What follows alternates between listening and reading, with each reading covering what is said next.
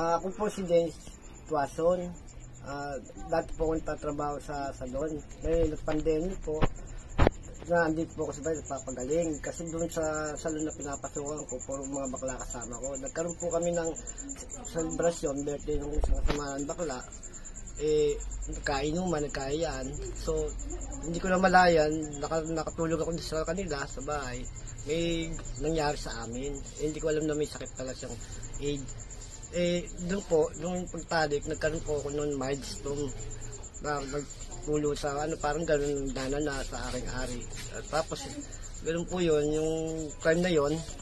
Ngayon po, gumaling po ako sa Black Seed. Salamat po sa Black Seed. Ito, malakas na ako. Magugupit nga ako ngayon, magsiservice. Kahit bari-bari lang dito. At least, malakas ang pakiramdam ko dahil sa gamot niya na may kuminda sa akin ng kaibigan ko na ngayon ko lang siya nakilala. Salamat po sa Black Seed. Malaking tulong. Blessing sa amin po yan.